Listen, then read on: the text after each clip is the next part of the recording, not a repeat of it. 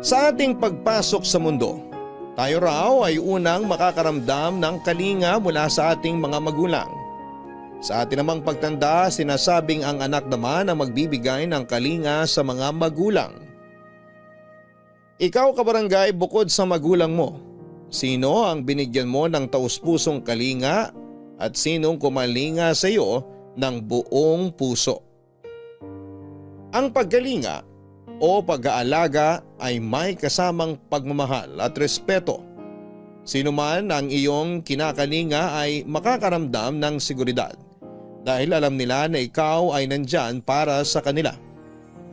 Ang pagkalinga ay hindi madadaan sa material na bagay kundi galing sa puso lamang.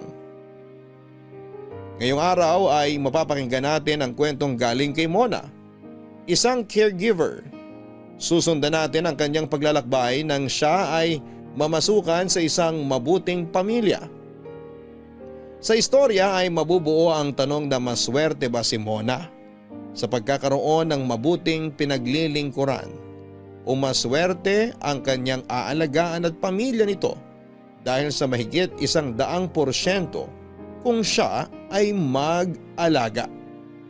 May mga tao nga na kahit kadugo na ay ayaw pa silang alagaan at kalingain. Ang pangangailangan na dapat ibinibigay ng mga taong mas malapit sa iyo ay minsan mas nanggagaling pa sa ibang tao na hindi naman natin kadugo. Dadaanan din ng istoryang ito ang hindi pagsuko ng bawat tauhan sa kanilang kanya-kanyang nais gawin at mangyari. Gaano man kahirap o gaano man katagal, hanggang gustong magawa ang nais ay mangyayari at mangyayari ito. Dear Papa Dudut, magandang araw po sa inyo at sa mga nakikinig. Ako po si Ramona, pero Mona na lamang po ang itawag ninyo sa akin. 25 years old na po ako at isa po kong stay-in caregiver dito sa Maynila. Nasa probinsya po ang mga magulang ko. Dito po ako nakakuha ng aalagaan sa Maynila kaya lumuwas po ako. Ang aalagaan ko po ay si Lola Mia. 80 years old na po siya at malakas pa naman si Lola Mia, kaya lang dahil sa edad niya minsan ay kailangan niya ng aalalay sa kanya. Gusto pa rin ni Lola na hanggat kaya niya, kikilos siya ng walang umaalalay. Sa pagluluto nga parang ang nangyayari, alalay niya lang ako dahil siya din naman ang gustong gumalaw sa kusina. Masarap pong magluto si Lola Mia kaya nga minsan ay parang nararamdaman ko na tumataba na ako. Bukod po sa edad ni Lola Mia, kaya sila kumuha ng caregiver ay wala din siyang kasama sa bahay. Ang apo niya na lamang po na madalas pang nadidestino sa ibang bansa. Kaya hindi ko po ramdam na nagtatrabaho ako. Parang sinasamahan ko lamang po ang nanay ko at si Lola Mia naman ay parang apo din naman ang tingin sa akin. Masaya kami sa bahay kahit madalas kong makita si Lola Mia na biglang tatamaan ng lungkot. Ang ginagawa ko ay inaaliw ko kaagad siya. Madali naman pasayahin si Lola, Papa Dudut. Siguro po ay ayaw niya din nakikitang nag-aalala ko. Madalas ang kwentuhan namin ni Lola Mia, parang hindi kami nauubusan ng pag-uusapan. Ang maganda kay Lola ay alerto pa at matalas pa ang isip niya. Alam niya pag napag-uusapan na namin ang isang kwento. Papadudot, sisimulan ko po ang kwento ko sa araw na dumating ako sa bahay kung saan ako nagtatrabaho sa ngayon. At yung pagkakataon na nakausap ko po yung taong kumuha sa akin para mag-alaga kay Lola Mia.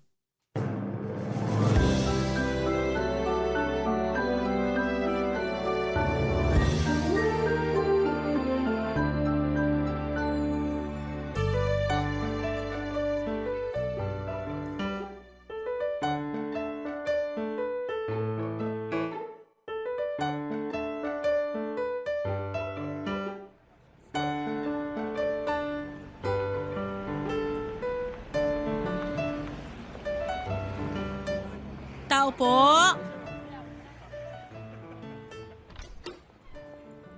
Sino yan?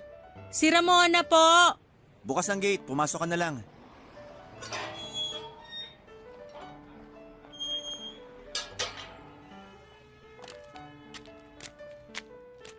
Tuloy ka, Ramona. Salamat, sir. Patrick na lang. Okay po. Halika, maupo ka muna, Ramona. Mona na lang din po ang itawag niyo sa akin. Sige, Mona. Ikukuha muna kita ng maiinom. Naku, wag na po. Nakakahiya naman po. Huwag kang mahiya, kasi ikaw ang iiwan ko dito.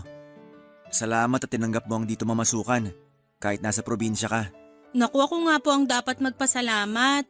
Malaking tulong sa pamilya ko ang pagtanggap niyo sa akin dito. Walang anuman. Maganda kasing rekomendasyon para sa'yo. Kakilala ka ng nanay ng best friend ko. Opo, si Tia Felicing po, tiyahing buo ko.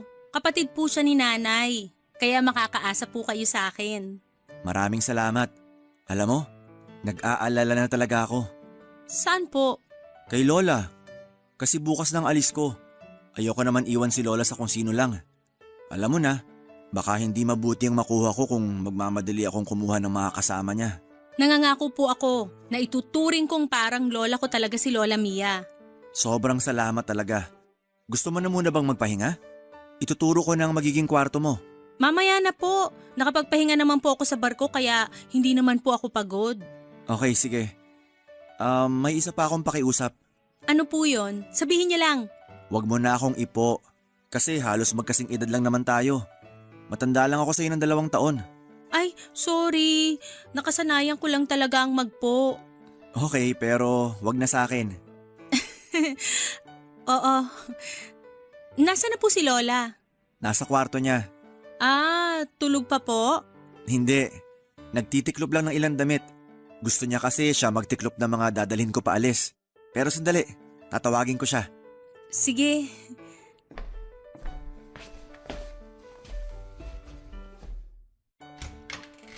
Lola?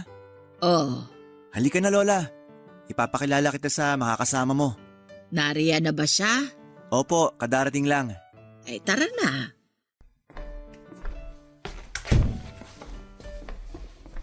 Magandang umaga po, Lola. Lola, siya po si Mona. Magandang umaga naman, Iha. Maupo ka. Salamat po. Lola, si Mona na munang bahala sa'yo habang wala ako. Kung sa akin ay ayaw kitang umalis. Pero hindi naman din kita pipigilan sa mga gusto mo. Lola, para sa atin naman ang pag-alis ko. May pensyon naman ako. Nako, hindi ako papayag na magamit natin ang pensyon mo para ipang gastos. Gamitin mo lang yon sa mga gusto mong bilhin. At ako ang bahala sa'yo. Ay, apo ko. Huwag po kayong mag-alala, Lola Mia. Hindi ko po kayo pababayaan. Oh, nadinig mo, Lola? Salamat, Iha.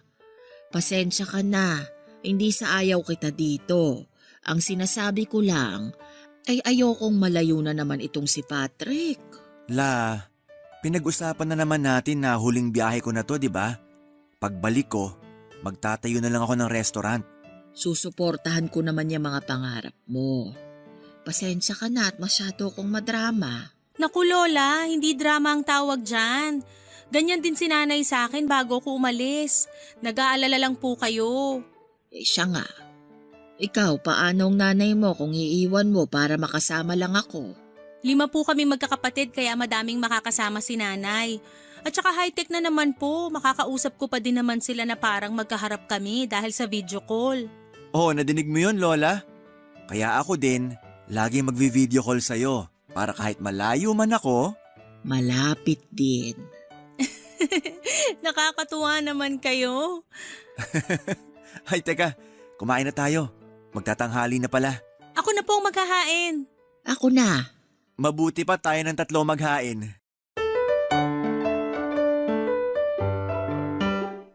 Masaya ang unang araw ng pagdating ko. Napakabait ng maglola. Madami kaming napagkwekwentuhan at nagtatawanan kami. Pero si Lola ay napapansin ko na biglang parang tatahimik. Sigurado na kaya siya gano'n ay dahil sa pag-alis ng apo niya. Hanggang sa dumating na nga ang kinabukasan. Ang pag-alis ni Patrick.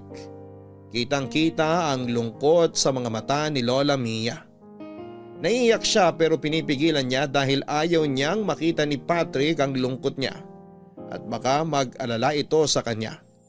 Hindi na kami naghatid sa airport at sasakay po muna kasi ng eroplano si Patrick papunta sa bansa kung saan nandoon ang barkong sasakyan niya. Kaya para hindi maapektuhan masyado si Lola Mia ay niyaya ko siyang magpunta sa plaza na malapit lang sa bahay nila. Papadudot, ibinilin sa akin ni Patrick na sa tuwing lalabas kami ay isasakay ko sa wheelchair si Lola. Palalakarin pag gusto niya. Pero pag napagod dapat ay balik sa wheelchair. Kahit nakangiti si Lola Mia ay ramdam ko pa din ang lungkot niya. Ayoko namang ipakita na apektado ako at baka lalo siyang malungkot. Si Lola na pala kasi ang nagpalaki kay Patrick simula ng magkasunod na mawala ang mga magulang nito. Isa lang ang anak ni Lola at si Patrick lang ang kanyang naging apo. Kaya mahigit kalahati ng buhay ni Lola ay sila na ni Patrick ang magkasama, Papa Dudut. Pangilang alis na ni Patrick yon.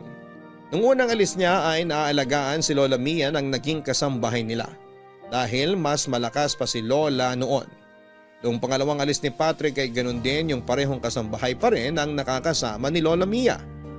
Pero nang umuwi si Patrick nung huli ay 6 na buwan na ang nakakalipas ay kinailangang umalis ng kasambahay dahil kinakailangan siya ng pamilya niya. Naisip din ni Patrick na dapat mas may alam na sa pag-aalaga ng may edad ang kunin niya dahil tumatanda na rin si Lola Mia.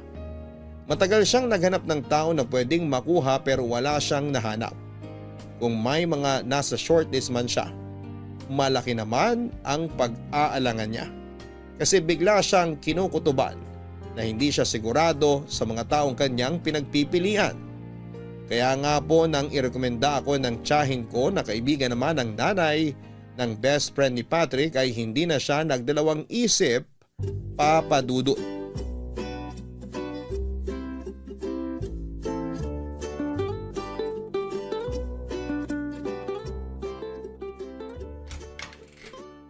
Lola, gising ka na pala. Naku, napahaba ata ang pagsisyesta ko. Tama lang po yan para mas malakas kayo. Anong oras na ba? 4:30 lang po. Naku, hapon na. Lola naman, sikat pa ang araw oh. Tsaka 3:00 lang kayo nakatulog kaya dapat sinapat nyo na 2 oras ang tulog. Naku, alam mo naman ako kahit kalahating oras na tulog parang bagong gasolinang kotse na lang ako uli Parang kotse? Sige nga po, andar kayo. Brum, brum. Ikaw talaga, Lola. Ay, teka, may kailangan po ba kayo? Tulungan mo lang akong makatayo dito sa kama nang makapag-inat ng katawan. Oh, hinay lang po ah. 1, 2, 3. Yeah! Ay, maiwan muna kita. Saan kayo pupunta? Tatakbo lang ako sa labas. Lola naman, nagbibiro. Ay bakit? Akala mo ba hindi na ako makakatakbo? Paano kayo tatakbo? Hindi po ba kotse kayo? Brum, brum. Ay, Lola, hindi ka talaga pumapalyang mapatawa ako. Maganda ang tumawa palagi para hindi tumanda agad. Kita mo nga ako, mukhang bata pa hanggang ngayon. Ay, oo naman po. Hindi ako kukontra dyan. At higit pa doon, maganda pa rin. Ayan, inuuto mo na ako. Totoo po yun ah. Siguro po ang dami niyong manliligaw nung bata kayo. Isa lang ang nanligaw sa akin. Lola, okay ka lang? Ay oo. Naku, halika na nga't magluto na tayo ng hapunan. Maaga pa, Lola. Bakit bigla ka napaluto? O siya, tara na sa labas. Upo ka muna dyan, Lola. Aayusin ko lang tong kama mo. Muntik kong malimutan yan. Salamat. Lola naman, ano bang salamat? Dapat lang to at masaya ako sa mga ginagawa ko dito. Ay, oo nga pala, Lola. Tumawag si Patrick kanina. Anong sabi ng apo ko? Wala naman po. Sabi ko po kasi natutulog kayo. Kaya tatawag na lang daw siya maya-maya. Ay, salamat naman. Ay, eto. Siya na to. Hello? Hello, Mona. Gising na ba ang lola? Oo, eto siya. Lola, si Patrick. Apo ko! La! Kamusta kayo? Ayos naman ako, apo ko. Eto, alagang-alaga ako ni Mona. Salamat naman at maayos ka. Huwag kang mag-alala sa akin, apo ko. Hindi ako pinapabayaan ni Mona. Salamat, Mona. Naku, hindi na iba si Lola sa akin. Si lola lang bang hindi na iba sa'yo? Ha? Dalawa lang naman kami dito. Ako, iba pa ba sa'yo? Si Patrick naman. Pilyo talaga ang apo ko na yan. Lola, sinisiraan mo ako ah. Nadinig mo ba ako? Lola, halos magkaharap lang tayo oh. Oo nga. Nakakatuwa talaga kayong maglola. Ganyan talaga kami. Namimiss na kita, Lola. Ako din, apo ko. Di bale, mahigit 2 buwan na lang naman eh. Magkikita na ulit tayo. Hinihintay ko ang araw na yon. Oh, Lola, nalulungkot ka na naman. Ayan na nga si Patrick ko. Oo nga la, ayaw mo na ba akong kausap? Hindi, apo ko. Eto, hindi na ako malungkot. Yan, malapit na naman ang 2 buwan. Ay, Lola, magsisimula ng trabaho ko. Tatawag na lang uli ako. Sige, apo ko. Mag-iingat ka palagi at magdasal, ha? Yes, Lola. I love you. I love you, apo ko. Mona, ikaw na uli ang bahala kay Lola ha? Oo, hindi ko siya papabayaan. Masyadong maraming layer ang usapan namin na yon, Papa Dudut. Ang daming tanong ang nabuo sa isipan ko. Una ay nang biglang nalungkot si Lola sa tanong tungkol sa mga manliligaw niya noong bata siya. At pangalawa ay bakit biglang nagbiro si Patrick ng kung iba pa rin ang tingin ko sa kanya. Pero mabilis ko na lamang din na nakalimutan yon. Pero nung gabi habang nagkwekwentuhan kami ni Lola ay siya naman ang nagbiro. Sa totoo lang, ewan ko ba kung biro ba yon o seryoso na. Una ay parang masyado niyang ibinibida si Patrick. Sinabi niya ang mga magagandang ugali at gawin ng apo niya. Unang pagkakataon ko po na marinig ang mga kwento na yon kasi umalis kagad si Patrick kinabukasan noong dumating ako sa bahay nila. Pangalawa ay hindi naman namin napag-uusapan masyado ni Lola Mia ang ganong mga bagay tungkol kay Patrick. Ewan kung bakit masyado naman akong apektado. Yun na nga po, tinukso po ako ni Lola kay Patrick na bakit hindi daw maging kami. Nakita ni Lola ang pagkabigla ko kaya agad siyang bumawi. Ayon sa kanya ay nasabi niya lang naman yon kasi gusto niya na ang mapapangasawa sana ng apo niya ay mabait na katulad ko. Pero sinabi niya din na hindi siya makikialam kung may iba akong minamahal o may iba mang minamahal si Patrick. Hindi niya raw ipipilit kung sakali kasi ayaw niya raw na mangyari sa amin ang nangyari sa kanila ng unang pag-ibig niya. Papa Dudut, hindi ko pa rin maintindihan kung ano ang ibig sabihin noong kwento ni Lola tungkol sa unang boyfriend niya. Ibig sabihin ay hindi lang ang lolo ni Patrick ang unang niyang boyfriend at parang hindi maganda ang paghihiwalay nila nito. Kaso sa sobrang lungkot ni Lola Mia ay hindi na niya naituloy pa ang kwento tungkol nga sa unang boyfriend niya. Hindi na din ako nag-osyosyo pa dahil naiyak si Lola. Natakot ako dahil baka masama sa kanyang malungkot ng sobra. Agad ko siyang nilapitan at niyakap. Pinilit ko siyang pakalmahin. Nakita siguro ni Lola na sobrang nag-aalala ako kaya naman siya na rin mismo ang nagkalma sa sarili niya. Pero napakalaking tanong noon sa isipan ko. Kaya nasabi ko sa sarili ko na gusto kong malaman ang tungkol doon. Hindi naman para sa kung anong dahilan, kundi dahil gusto kong makatulong kay Lola Mia kung paano siya makaka-move on sa nangyari sa kanya. Pero depende po yun kung gaano kabigat ang kwento sa likod ng mga lungkot ni Lola, Papa Dudut.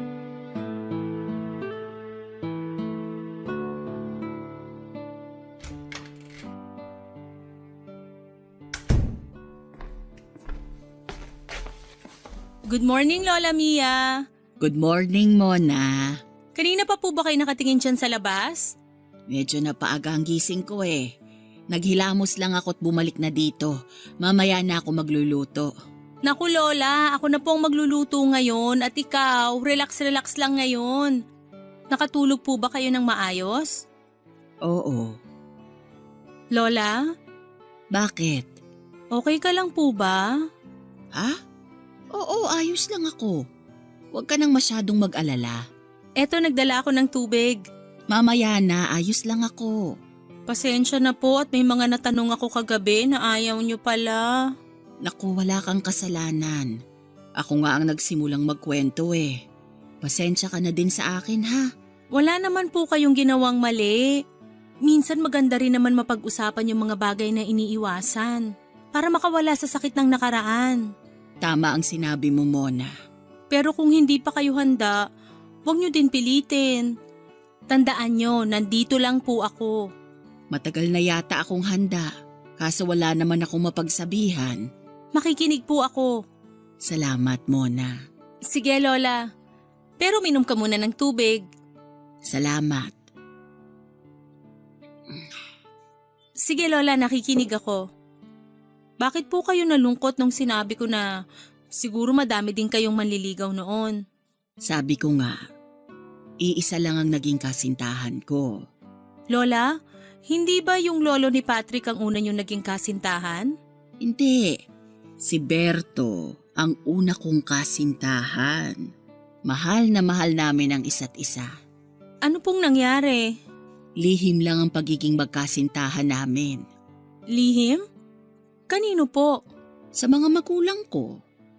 Nais nila na ipakasal ako sa ibang lalaki. Teka Lola, ano to, parang arranged marriage? Oo. Ipinagkasundo na pala nila ako sa isang kakilala na may anak din na lalaki. Teka Lola, ayos lang ba talaga sa inyo na pag-usapan to? Oo. Kailangan ko na sigurong masabi sa iba ito. Ibig sabihin, walang nakakaalam ng storya niyong yan? Wala. Dahil sa sama ng loob ay itinago ko. Lola, nakakalungkot naman yung nangyari sa inyo. Ang tagal kong kinimkim ang lungkot na yan. Yung lalaking pinagkasundo sa inyo, yun na po ba yung lolo ni Patrick? Oo, si Claudio. Ano pong naging pagsasama nyo? Mabait naman si Claudio. Pero alam niya din naman kung gaano kasama ang loob ko sa nangyari. Hindi niya nalang pinapansin kahit na madalas ay parang wala din akong pakialam sa kanya. Kamusta po siya? May iba ding minamahal si Claudio. Pero wala din siyang magawa. Para mapagbigyan lang ang mga magulang namin, ay napilitan kaming magpakasal at magsama. Nakakalungkot naman. Kahit kailan ay hindi kami nagsiping sa kama.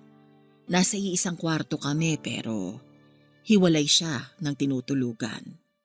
Nang hindi alam ng mga magulang namin ha. Pero paano po? Paano kami nagkaanak? Opo. Isang gabi, umuwi siyang nakainom. Nawala siya sa sarili niya kaya napuwersa niya ako. Galit na galit ako sa kanya. Naghiwalay po kayo? Hindi namin pwedeng gawin yon. Kaya nagsama pa din kami. Pero hindi kami nagpapansinan pag dalawa lang kami. Ako dahil namumuhuy ako sa kanya at siya naman ay dahil nahihiya sa akin. Paano nyo nakayanan yun? Hindi namin kaya. Halos gabi-gabi ay umiiyak ako at marahil si Claudio ay ganun din. Masakit sa dibdib ang umiyak ng pinipigilan dahil baka may makarinig. Lola. Ipinagbuntis ko ang naging bunga ng nagawa ni Claudio sa akin. Yun ay ang ina ni Patrick. Naayos po ba kayo pagkalabas ng bata? Hindi na inabutan ni Claudio ang bata. Inatake siya sa puso sa batang edad. At yun na din ang naging kamatayan niya. Diyos ko. Pinatawad ko na si Claudio noon. Sinabi ko na palalakihin ko ang bata ng malaya. Hindi ko gagawin sa anak namin o sa mga magiging anak niya ang ginawa sa amin ng mga magulang ko. Lola, sorry. Mabigat pala ang dinadala mo. Masaya na ako at nasabi ko ito. Lola, may balita pa po ba kayo sa unang kasintahan nyo? Si Berto, wala na akong naging balita sa kanya. Noong naghiwalay kami nang sabihin kong ikakasal na ako kay Claudio, ay sobrang sama din ang loob niya. Kaya nagpakalayo-layo siya at hindi na siya nagpakita mula noon. Hindi na kayo nakita kahit kailan? Hindi na.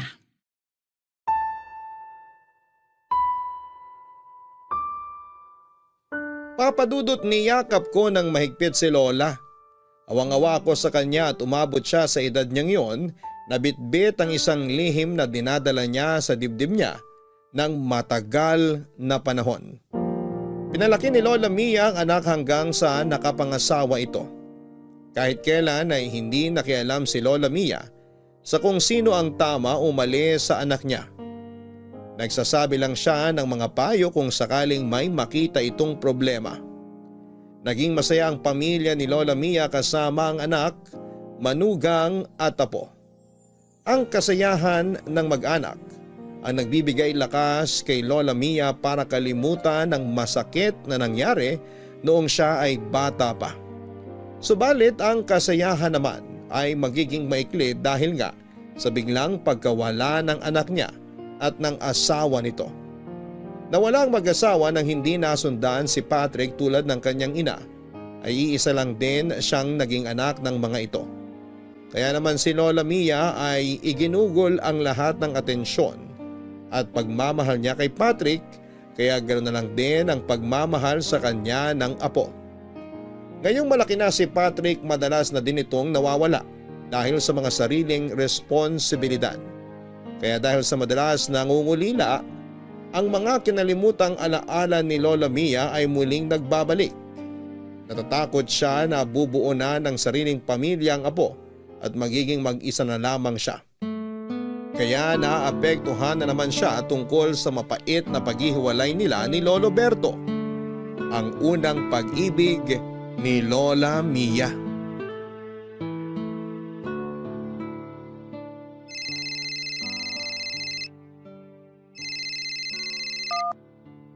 Hello, Patrick! Kumusta kayo dyan? Okay naman kami dito. Si Lola, tulog ba? Oo eh. Sige, hayaan na lang muna natin siya magpahinga. Parang may extend ako ng 6 months dito. Kasi sayang eh. Ha? Pero baka malungkot ng sobra si Lola Mia. Bakit naman? 6 months lang naman. Kasi May nangyari ba?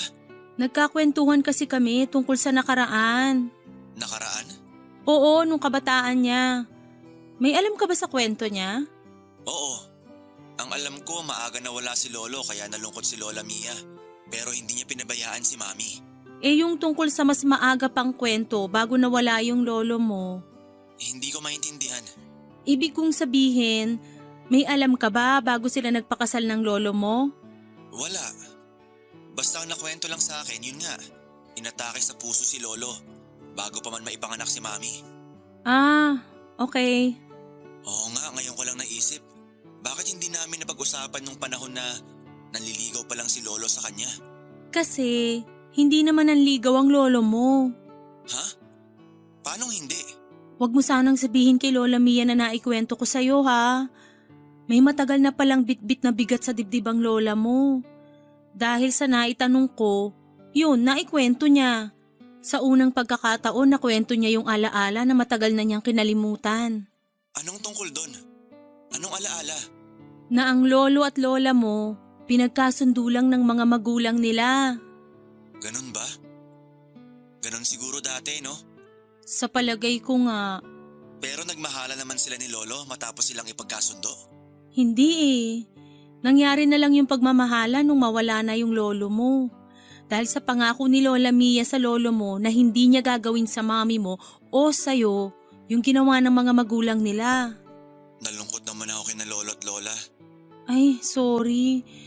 Hindi ko na dapat kinwento. Hindi, ayos lang. Gusto ko pang malaman ng kwento. Pero nalulungkot ka? Normal na reaksyon lang yon. Pero may hindi pa ba ako nalalaman? Oo eh. Ano yun? Bago sila pinilit magpakasal ng lolo mo, May kanya-kanya na silang minamahal. Anong ibig mong sabihin? May boyfriend na iba si Lola? At may girlfriend na iba si Lolo? Oo, kaya ganun na lang yung nangyari sa kanila. Ang kawalang pagmamahal sa isa't isa. Mona? Po! Gising na si Lola. Pasukin ko sa kwarto ha. Sige, kakausapin ko din. Pangako mo ha na wag mo munang sasabihin na nagkwento ko. Sigurado naman kukwento niya sa'yo yun. Oo. Siguro kaya hindi namin napagkwentuhan dati kasi gusto ni Lola masaya lang ako. Mona, may kausap ka ba? Opo Lola, kausap ko si Patrick. Ang apo ko. Hi Lola! Kumusta ka? Inaalagaan ka ba ni Mona? Nakukulang na lang kargahin ako at patulugin. Pinagtatawanan niyo akong maglola kayo ha? Biro lang. Ito kasing si Patrick eh. Oo. Bakit ako po? Hayaan mo na. Malayo ka naman dito. Hindi ka maaaway ni Mona. Ang kulit niyong maglola. Lola, ilang tulog na lang. Ano? Si Lola patay mali siya pa. Sabik na sabik ka na sa araw na yon. Huwag ka na maganibla. Malapit na tayong magkita. Matagal pa yun. Lola naman, ilang tulog na nga lang. Oy, wag mo akong utuin ha. Ano ako, bata? Opo naman Lola. Sa edad niyong yan, ang bata pa kaya ng itsura niyo. Ako nga'y wag ninyong pinasasakay sa mga ganyan. Matanda na ako para mauto pa.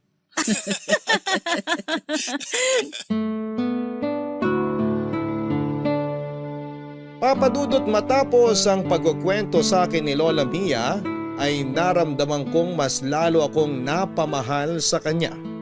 At ganon din siya sa akin, Papadudot. Dahil sa pagtitiwala niya sa akin ng kanyang kwento, Papadudot, alam kong nasabi ko kay Patrick ang kinuwento ni Lola Mia. Pero hindi ko iniisip na mali yun. Alam kong sasabihin din naman ni Lola Mia yon sa apo niya. Gusto ko lang na mapaisip si Patrick na huwag nang mag-extend ng kontrata kasi sigurado pong malulungkot si Lola.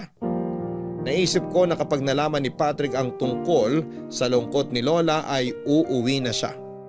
Total naman po ay may plano na talaga si Patrick na hindi na bumiyahe at itayo na ang pangarap niyang restaurant. Kasi ang pagluluto din naman ang ginagawa niya sa barko. Mas kailangan siya ng lola niya ngayon kasi matanda na si Lola Mia. Hindi man magandang isipin ay hindi na natin alam kung hanggang kailan na lang tayo sa mundo. Nang makita ni Patrick na tumatawa at nagpapatawa si Lola Mia, ay mas napaisip siya sa binabalak niya. Kasi kung malungkot si Lola at tumatawa sa harap niya ay talagang mas kailangan siya ni Lola higit kailanman. Dahil sa nakikita ko kay Lola Mia, isa si Patrick sa tanging kaligayahan ni Lola. Mas kompleto sana kung makakausap niya ang unang minahal na si Lolo Berto. Pero napaka-imposible na po yata noon. Kaya si Patrick na lamang ang natatangi.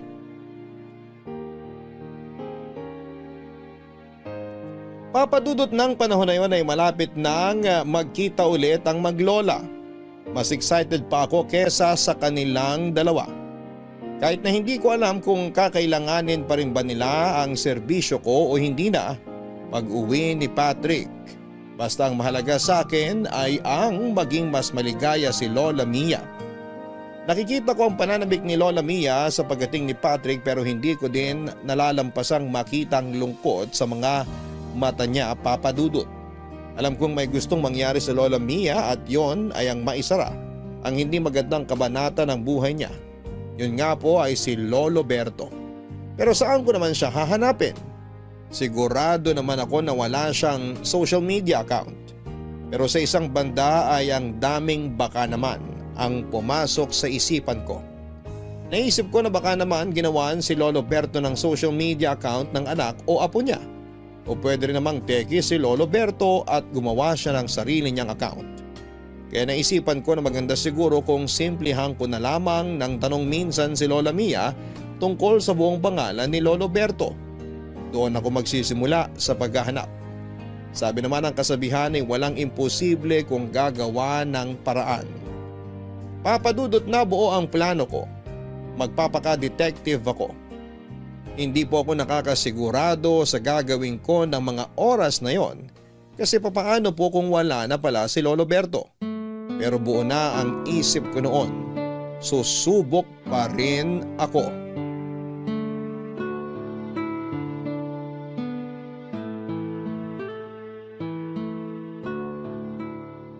Oh, Lola, ang hina mong kumain. Hindi po ba masarap ang luto ko? Ha? Masarap. Parang hindi eh. Tikman ko nga. Ay, hindi nga. Kaya pala malungkot ka. Ano? Masarap naman ah. Eh bakit ganyan? Parang malungkot ka. May iniisip lang ako. Parang alam ko na. Tungkol po kay Lolo Berto, no? Naisip ko lang kasi. Simula nang masabi ko sa iyo ang tungkol doon. Lagi na akong nag-iisip dahil kampante na akong alam mo din. Yun nga po, Lola. Parang yung inaakala niyong mailabas niyo lang magiging maayos na. Parang mas lalo kayong naging problemado. Kasi Lola, dahil pakiramdam niyo meron kayong pagkakasala kay Lolo Berto. Ganun na nga siguro. Hindi niyo po kasalanan ng mga nangyari, Lola. Pare-pareho lang po kayo nila Lolo Berto at Lolo Claudio na biktima ng sitwasyon. Si Claudio kahit papano bago nawala ay napatawad ko. Sana ako din, bago mawala, ay mapatawad ni Berto. Lola, wag nga kayong magsalita ng ganyan. Ang lakas-lakas niyo eh. Sana nga maging malakas pa ako kung sakaling mapagbibigyan ako na makausap pa si Berto. Lola, maniwala kayo na darating ang araw na yan. Hari nawa. Oh, baka po pwedeng masaya naman ang pag-usapan natin para naman magmukhang masarap ang niluto ko. Itong batang ito, masarap nga. Pwede mo nang talunin ang luto ko. Nako, di ko pwedeng talunin ang luto nyo. Pero pwede kong pag-aralan. Alam mo ba na si Patrick, bago kumuha ng kurso sa pagluluto, ay marunong na talaga siyang magluto? Talaga po? Tinuruan nyo? Yun nga ang nakapagtataka. Hindi ko naman siya tinuruan.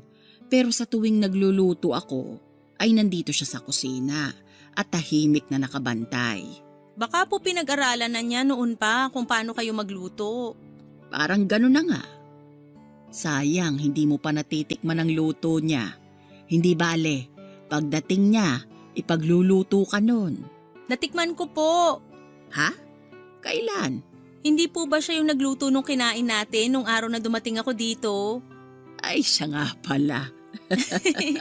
Masarap nga po talaga siya magluto. Parang kayo. Nananaba na nga po ako eh. Salamat niya ha.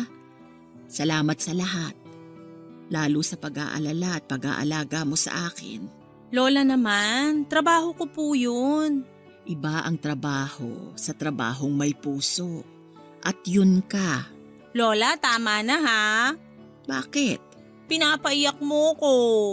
Totoo naman ang sinasabi ko. Lola naman eh. Kumain na nga lang tayo. Sige na nga. Ikaw, kanino ka natutong magluto? Sa amin po, dapat lahat marunong magluto, babae man o lalaki. Kasi po, toka-toka kami. Pag natapat ang pagluluto, siya ang magluluto. Ang iba ang maghuhugas, maglilinis, maglalaba, mamamlansya, at kung ano-ano pang gawaing bahay. Lahat yun nagagawa ninyong magkakapatid? Opo. Alam mo, napakaswerte talaga ng mapapangasawa mo. Magaling ka na mag-alaga, magaling ka pa sa gawaing bahay, kaya magiging magaling kang may bahay. Talaga po ba? Oo. Naku, ganyan din ang sinasabi ko kay Patrick. Napakaswerte ng mapapangasawa niya. Ay oo naman po. Pagluluto pa lang, swerte ng mapapangasawa niya. Kaya nga bagay kayo eh. Lola! Oh, wala akong ipinagkakasundo ha. Yun ay sa akin lang naman. Magiging masaya ako kung ang mapapangasawa niya ay tulad mo o ikaw mismo. Lola! Sinasabi ko lang. Ikaw talaga, Lola. Pero kung sakali lang naman, magkakagusto ka ba sa apo ko? Seryoso ka ba sa tanong mo, Lola? Oo naman. Lola, na kay Patrick na ata lahat. Itsura, magandang ugali. Sino ba naman ang hindi magkakagusto sa kanya? Gusto mo din ang apo ko? Po? Ibig ko pong sabihin… Lola naman eh. Ikaw ba walang naiwan na kasintahan sa inyo? Naku, wala po. Wala pong nagkamali. Kung hindi sila nagkagusto sa'yo, pues nagkamali sila. Ano bang nailagay ko sa niluto ko't kung ano-anong naiisip ni Lola?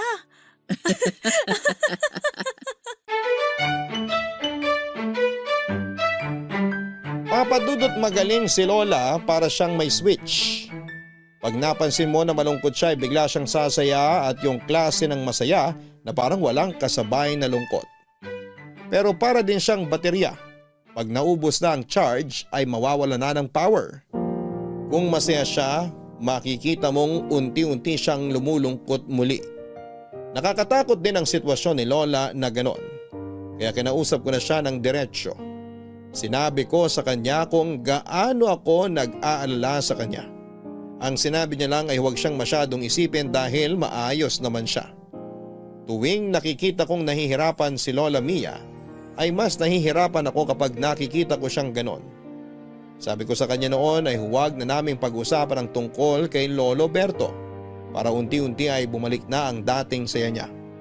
Pero ako din ang sisira ng usapang yon dahil sa huling pagkakataon ay kinausap ko pa rin si Lola tungkol kay Lolo Berto. Ang pakay ko ay upang malaman ko ang lahat ng detalye tungkol kay Lolo Berto at gagamitin ko ang mga impormasyong yon para makatulong sa akin sa paghahanap sa kanya.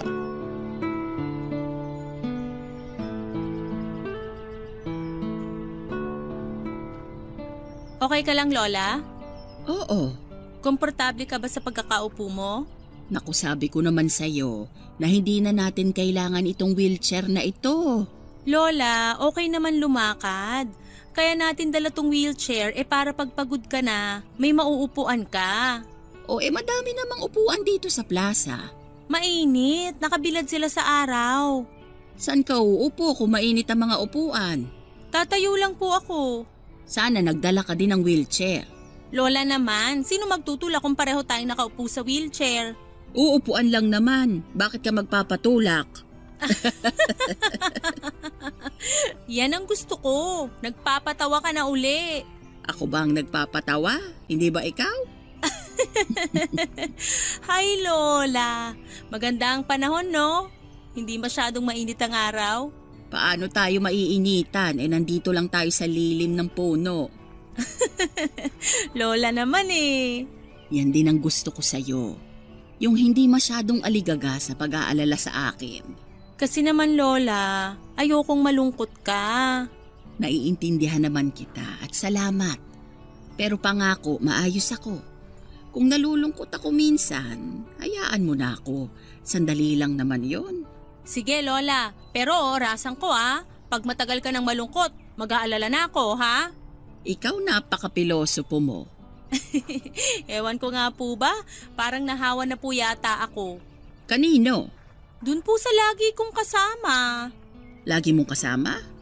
Wala naman akong nakikitang lagi mong kasama kasi lagi kang nasa bahay.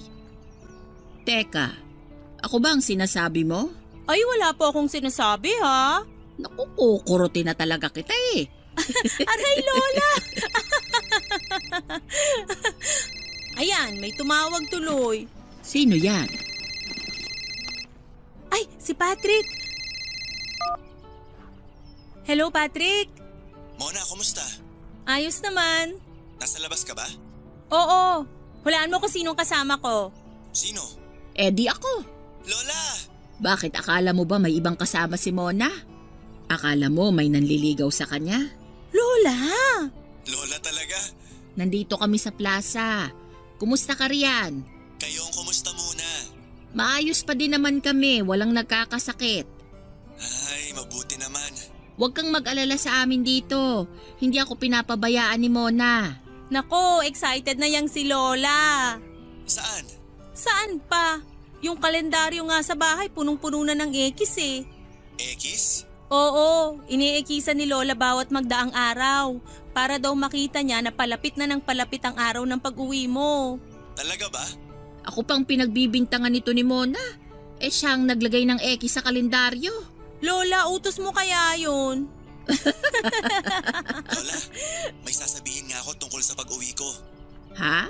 OMG Patrick, nag-extend ka pa na 6 months? Matagal ka pa uuwi.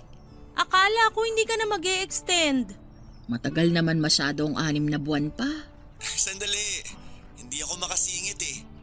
Ang ibabalita ko, mapapaaga ako ng 1 linggo sa pag-uwi. Talaga? Oh, sabi ko sa'yo, Lola eh. Anong ako? Ikaw ang nagsabi na may extend pa siya.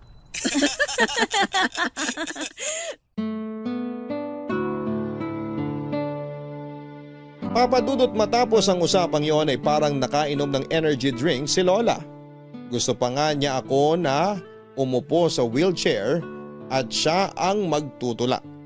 Kahit masakit na ang paa ko kakalakad at kakatayo, syempre hindi po ako pumayag. Pag-uwi sa bahay ay nagpakuha agad ng papel at ballpen si Lola. Pagkabot ko sa kanya ng papel at ballpen ay sinabi niya sa akin na ang dapat na kurtina daw sa pagdating ni Patrick ay ang kulay puting kurtina.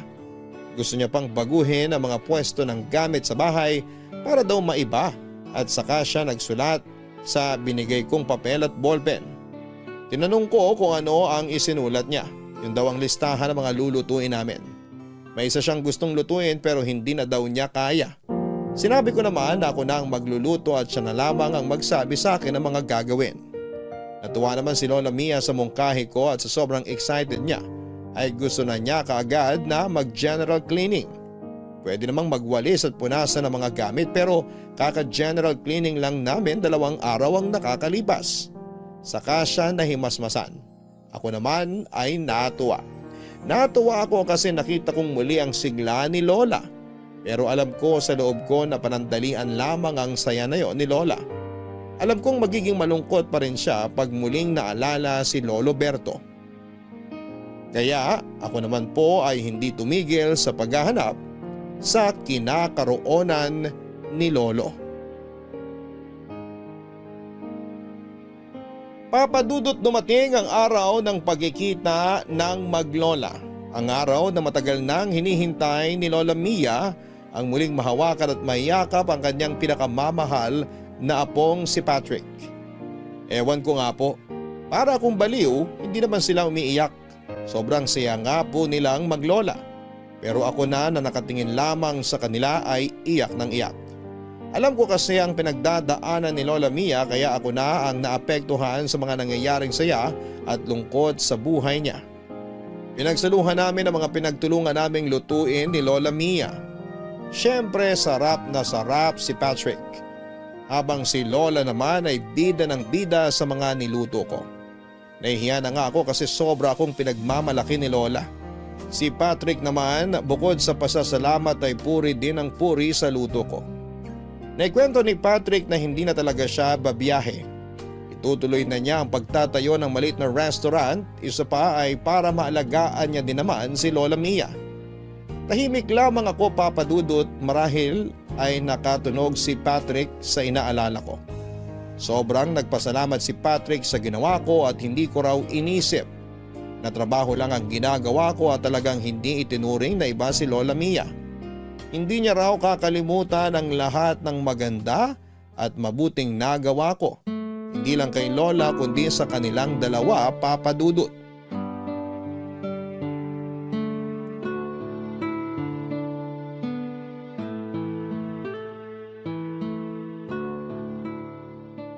Mona, buo at taos-puso ako nagpapasalamat sa iyo sa ginawa mo kay Lola. Naging kampante ako sa ibang bansa dahil alam kong minamahal mo din si Lola tulad ng pagmamahal ko sa kanya. Naku, hindi naman mahirap mahalin si Lola Mia. Nako, para akong babasagin na figurin kung ingatan niyang si Mona. Hindi ko alam kung paano sasabihin ang pasasalamat sa iyo. Sapat na sa akin yung tinanggap niyo ako dito at binigyan ng trabaho. Napakalaking tulong nun sa pamilya ko. Pero bukod sa sinusweldo ko, yung mabuting pagtanggap nyo ang mas importante sa akin. O yan na nga bang sinasabi ko eh. Ako Patrick, napakababaw ng luha niyang si Mona. Oo nga. Bakit ka umiiyak? Natutuwa lang ako. Hindi ko kakalimutan yung mga panahon na nandito ako. Bakit? Saan ka pupunta? Iiwan mo kami ni Lola? Ha? Hindi ba nagpapaalam na kayo kaya niyo ako pinapasalamatan? Hindi. Nagpapasalamat lang ako sa lahat ng nagawa mo. Yun nga ang gusto kong sabihin, na sana wag kang umalis. Kasi siguradong malulungkot si Lola pag umalis ka. Ha? Hindi ako aalis. Ayokong mawala ka. Pero ayoko din na mapilitan ka, ha? Ayoko na diktahan namin ang mga gusto mo. Hindi, Lola. Bukal sa puso ko ang pagtigil dito. Paano ang mga magulang mo? Oo nga. Dahil kadarating ko lang naman, siguro pwede ka muna magbakasyon kahit 1 buwan muna para makasama ang mga magulang mo. Hindi na muna siguro. Ayos pa naman kami sa pag-video call eh. Pwede ba yon?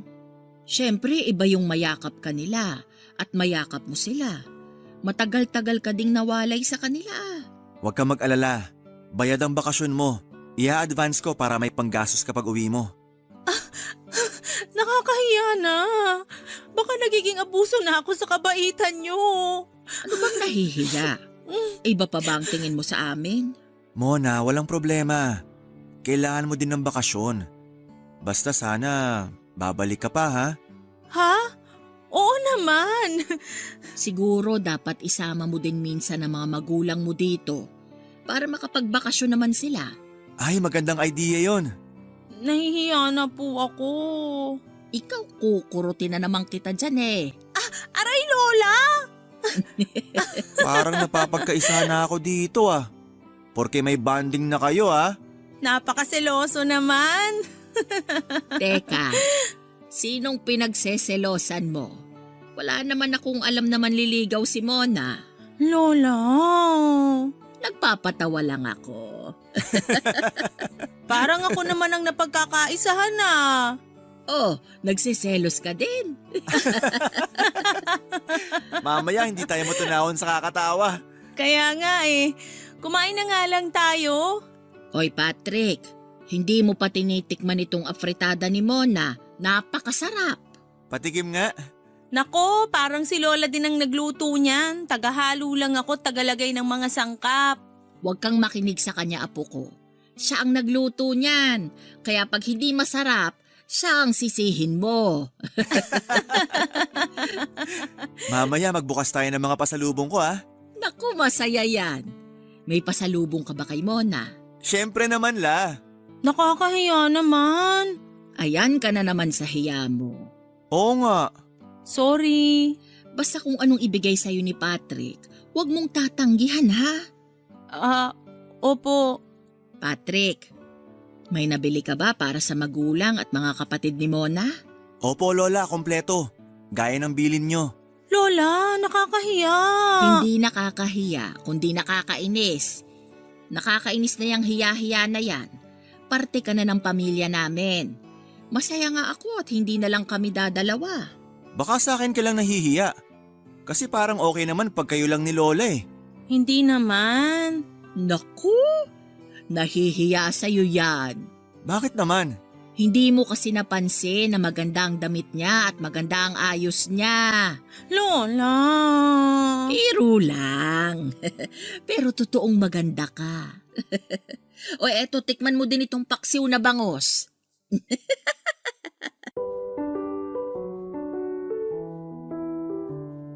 Papadudot, napakaraming pasalubong ni Patrick sa akin at sa buong pamilya ko.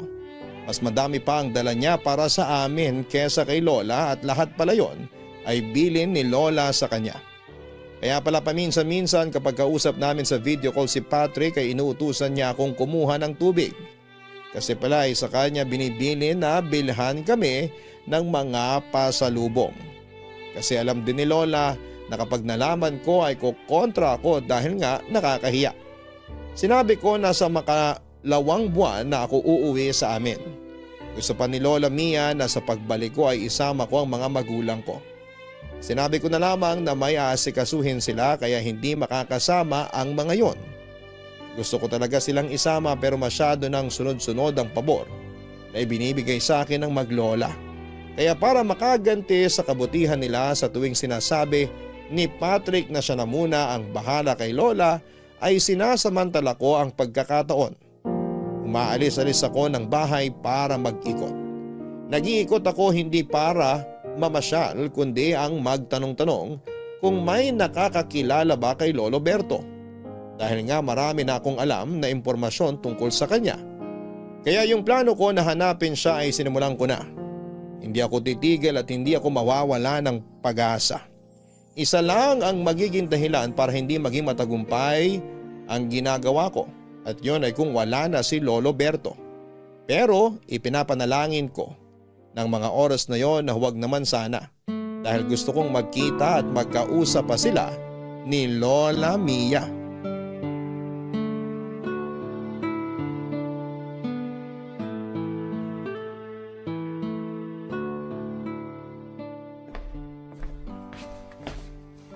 Oh, Mona, nakabalik ka na pala. Oo, si Lola. Nasa kwarto. Ayun, gusto na naman siya nagtitiklop ng mga damit ko. Naku, tutulungan ko siya. Hayaan mo na siya. Sabi niya namimiss niya daw yon dahil ang tagal niyang hindi nagawa. Oo nga. Alam mo ba na nung wala ka, yung damitan mo kahit maayos na, ilalabas niya paminsan-minsan yung mga damit para tiklupin lang uli. Si Lola talaga. Mahal na mahal ka niya. Kaya mas mahal na mahal ko siya. Kaya kaligayahan niya lang ang laging gusto ko. Yun nga sana yung sasabihin ko sa'yo. Ano yun? Nagbunga na rin yung matagal kong pag-alis-alis. Oo nga, saan ka nga ba nagpupunta? Sila tita Nati lang naman ang kamag-anak mo dito sa Maynila. O baka may iba pa na hindi ko alam. Si Chang Nati lang. Tsaka minsan lang naman ako pumunta sa kanila. Saan ka nagpupunta? Natatandaan mo ba si Lolo Berto? Yung unang naging boyfriend ni Lola? Nalaman ko na kung saan siya makikita. Ha? Yun bang palagi mong ginagawa? Ang maghanap? Oo, kaya pupuntahan ko siya bukas para makausap. Sasama ako. Pero gusto ko munang madinig kay Lola kung anong mararamdaman niya kapag nakaharap niya uli ang una niyang minahal. Sige, pero baka pwedeng ilihim na muna natin na pupuntahan natin si Lolo Berto. Baka pag sinabi natin sa kanya tapos hindi natin maabutan o mali pa lang impormasyon, baka masyado siyang umasa sa wala. Tama ka. Pero kanino pala natin iiwan si Lola? Kung aalis tayo pareho, wala siyang makakasama. Tamang-tama naman kasi yung ilang kaibigan niya, magkikita-kita sila sa bahay ng isa. Sabi sa akin, pwede ko daw iwan si Lola muna doon dahil marami naman daw magbabantay sa kanila doon. Balikan ko na lang daw ng hapon. Naku, parang gumagawa ng paraan ng pagkakataon. Anong pagkakataon? Lola! Ano ba't parang nakakita ka ng multo? Nagulat lang po ako kasi ang ganda niyo ngayon. Matagal na yan, ngayon mo lang napansin. Ikaw nga'y tigilan mo ako ng panguuto mo. Tapos ka na magtiklop, Lola? Hindi pa. Dapat dahan-dahan lang ang pagtitiklop para pag sinuot ay walang gusot. Saan kayo pupunta? Nauuhaw ako. Ay, ako na po ang kukuha ng tubig. Sandali po. Lola, upo ka muna sandali. Nagtitiklop ako sa loob. Sandali lang, may tatanong lang po ako. Batang ito oh. Ano ba yon at parang napakaseryoso mo naman? La, huwag kang magagalit kay Mona ha. Nakwento na niya sa akin ang tungkol kay Lolo Berto. Nasabi niya para mapigilan ako mag-extend pa sa trabaho ng 6 na buwan. Para sa'yo, Lola. Pasensya na apo ko at hindi ko nasabi sa'yo. Naiintindihan ko po. May tanong lang po ako. Kung sakaling makikita niyo po ba si Lolo Berto ngayon, ayos lang sa inyo? Apo ko, minahal ko din naman ang Lolo Claudio mo. Pero si Berto, gusto ko na lang makausap para humingi ng tawad sa mga nangyari sa amin noon. Pag nasabi ko na sa kanya ang nasa loob ko, ay magiging maluwag na ang aking damdamin. Huwag niyo na muna isipin yon. Hindi natin masasabi. Baka biglang dumating ang araw na yon. Hari nawa, apo ko. Hari nawa. Huwag ka nang malungkot. Lola, eto na tubig mo. Salamat, Mona. Ay maiwan ko na muna kayo't itutuloy ko na lang ang pagtitiklop ng damit. Ako na po magbibitbit niyang tubig. Itong batang ito, para namang napakabigat ng isang basong tubig. Huwag mo na akong alalahanin. Maiwan ko na muna kayo.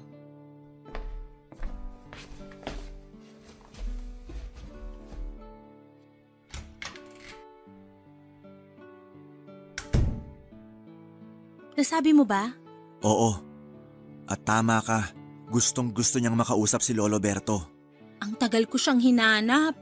Sana pala sinabi mo noon pa na naghahanap ka para natulungan kita.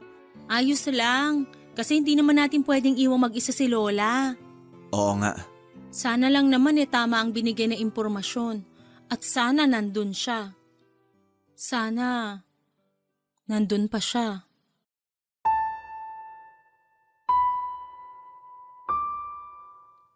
Papadudot kinabukasan pagkahatid namin kay Lola sa mga kaibigan niya ay dumiretso na kami sa address na ibinigay sa akin ang kinakaroonan ni Lolo Berto.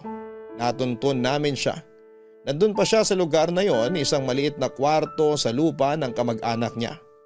Maayos naman ang buhay ni Lolo Berto, may pension siyang natatanggap na siyang panggastos niya. Nakontento na lamang din naman siya sa maliit niyang kwartong tinitirhan. Dahil hindi naman niya kailangan ng malaking bahay dahil mag-isa na lamang din siya. Matanda na nang nakapag-asawa si Lolo Berto, kaya ang asawa niya ay hindi na kayang magdalang tao.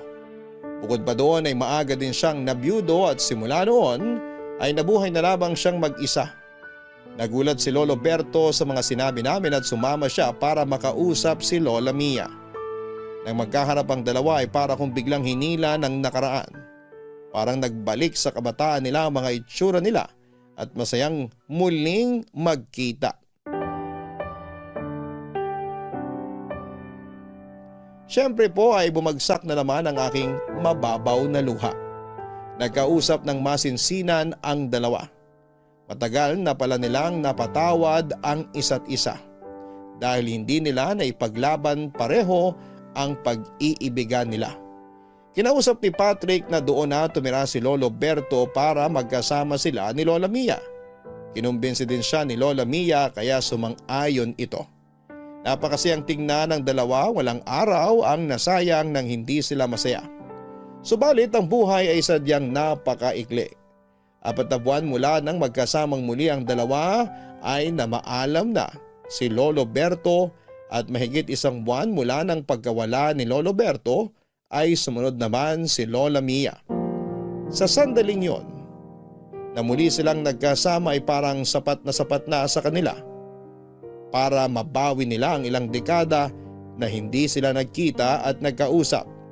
Sa ngayon ay siguradong magkasama na din ang dalawa at masaya. Nang mawala na si Lola Mia ay nagpaalam na din ako kay Patrick.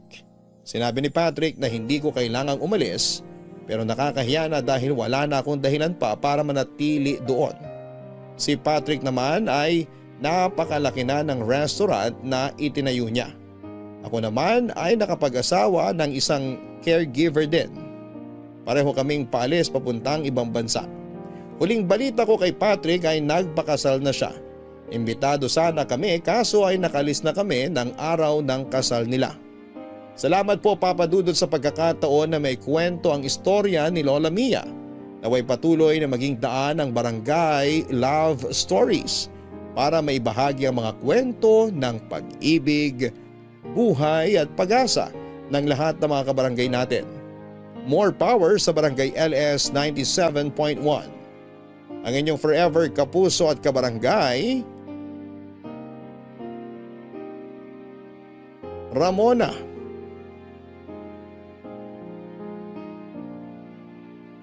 Tama pa din ang kasabihan na habang may buhay ay may pag-asa. Ang kasabihang ito ay maaaring gamitin sa kahit na anong bagay na naghahanap ng sagot, ng solusyon, ng pangangailangan at ng muling pagkikita. Ilang dekada ang lumipas mula nang maghiwalay sina Lolo Berto at Lola Mia, pero ang tadhana na din ang gumawa ng paraan para sila ay muling magkita at ayusin ang bagay na matagal nilang tinitiis. Kaya tayo ay huwag agad panghinaan ng loob.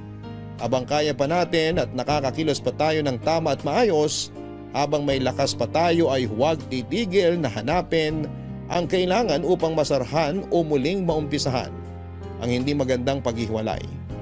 Iba't iba ang klase ng kalinga, kalinga ng magulang sa anak, ng anak sa mga magulang, kalinga ng magkakapatid. o ng magkarelasyon o kahit sa mga alagang hayop. Anumang klase ito ay iisa lang ang masasabi kong tama at totoo ba ang iyong pagkalinga at ito ay ang pagmamahal na sinasabi ng puso. Hanggang sa muli, ako po ang inyong si Papa Dudut sa mga kwento ng pag-ibig, buhay at pag-asa sa Barangay Love Stories number 1. Sabay-sabay nating pakinggan ang iyong kwento ng pag-ibig, buhay at pag-asa. Ipadala lang sa barangaylovestories@yahoo.com. Nagustuhan ng iyong napakinggan? Ituloy yan via live stream sa www.gmanetwork.com/radio.